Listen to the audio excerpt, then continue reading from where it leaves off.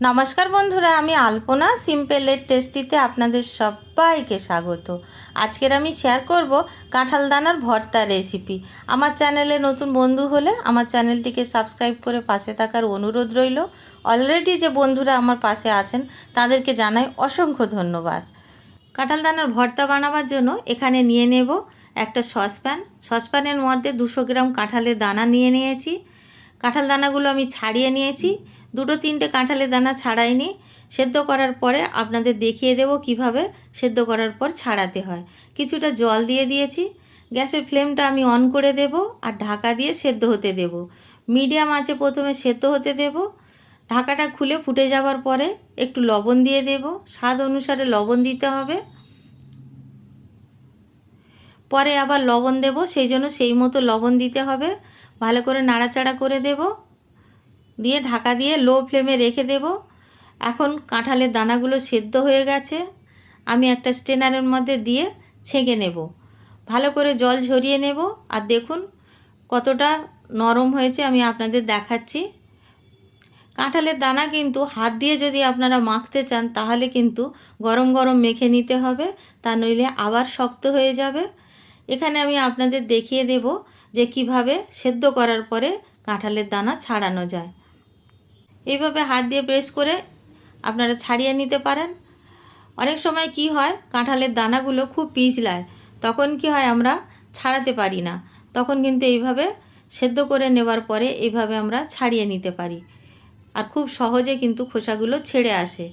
দেখুন, দেখে নিশ্চয়ই বুঝতে পারছেন যে কাঁঠাল দানাগুলোর খোসা ছাড়ানো ছিল তার সাথে এখন কাঁঠালের দানাগুলো রেখে দেব আর খোসাটা ফেলে দেব। এখানে শুকনো খোলায় ভেজে নেব 6টা লঙ্কা। গ্যাস জ্বালিয়ে কড়াই বসিয়ে দিয়েছি, লঙ্কা দিয়ে দিয়েছি। লো ফ্লেমে ভেজে নিতে হবে। যখন দেখব যে লঙ্কার গায়ে কালো কালো স্পট পড়তে শুরু করেছে তখন বুঝে নেব যে লঙ্কা আমাদের শুকনো খোলায় ভাজা হয়ে গেছে, আর সুন্দর একটা গন্ধও বেরোবে। এখন ভাজা হয়ে গেছে, তুলে নেব। একই কড়াইতে দিয়ে দেব রসুন। আমি এখানে 10-12 কোয়া রসুন রেখেছি, বা আরও বেশি হবে হয়তো, এত ছোট ছোট রসুনের কোয়া দিয়ে এইভাবে শুকনো খোলায় ভেজে নেব। রসুনের কালারটা যখন চেঞ্জ হয়ে যাবে তখন আমরা রসুনগুলো তুলে নেব।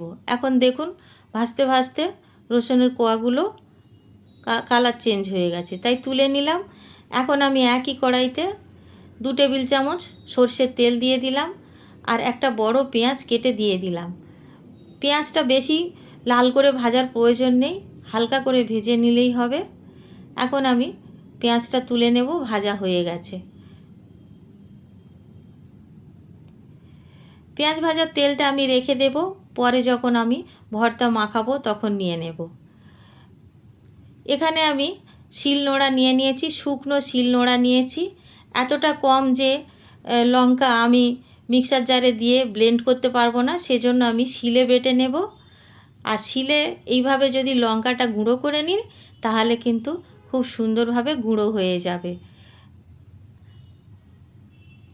আমি এখানে 4টে লঙ্কা গুঁড়ো করছি, 2টো লঙ্কা গার্নিশিংয়ের জন্য রেখে দিয়েছি। আর দেখুন লঙ্কাগুলো কতটা সুন্দর গুঁড়ো হয়েছে, সাইডে রেখে দেব। এখন আমি রসুনগুলো একটু বেটে নেব। রসুনগুলো শুকনোই বেটে নিতে হবে, জল দেওয়া যাবে না, এইভাবে বেটে নিতে হবে।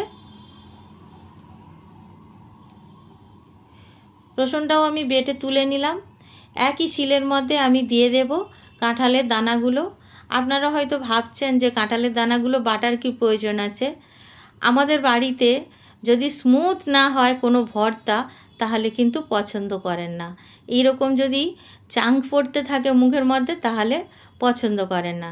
সেই জন্য এটা সবাইয়ের নয় সেরকম, কিন্তু কিছু কিছু সদস্য আছে খেতে চান না, সেজন্য আমি বেটে নিচ্ছি। আপনারা কিন্তু গরম গরম ভালো করে ম্যাশ করে নেবেন, তাহলে কী হবে, খুব ভালো মতো ম্যাশ করে নিলে পরে কিন্তু ভর্তাটা খুবই ভালো হবে।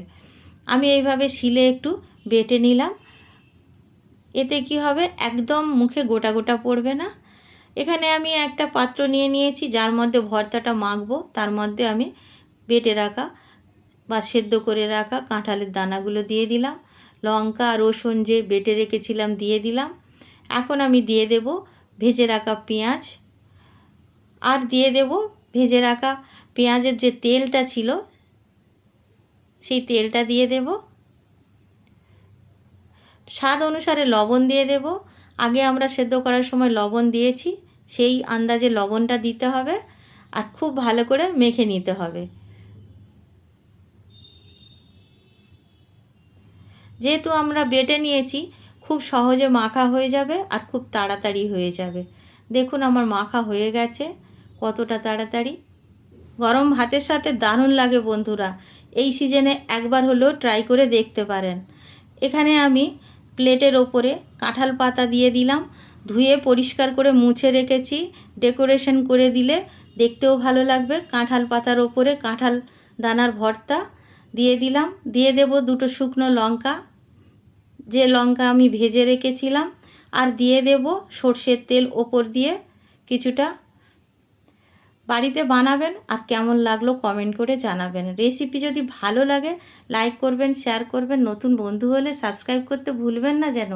আজকের এই পর্যন্ত, দেখা হবে পরের ভিডিও নতুন কোনো রেসিপির সঙ্গে। সুস্থ থাকবেন, ধন্যবাদ, নমস্কার।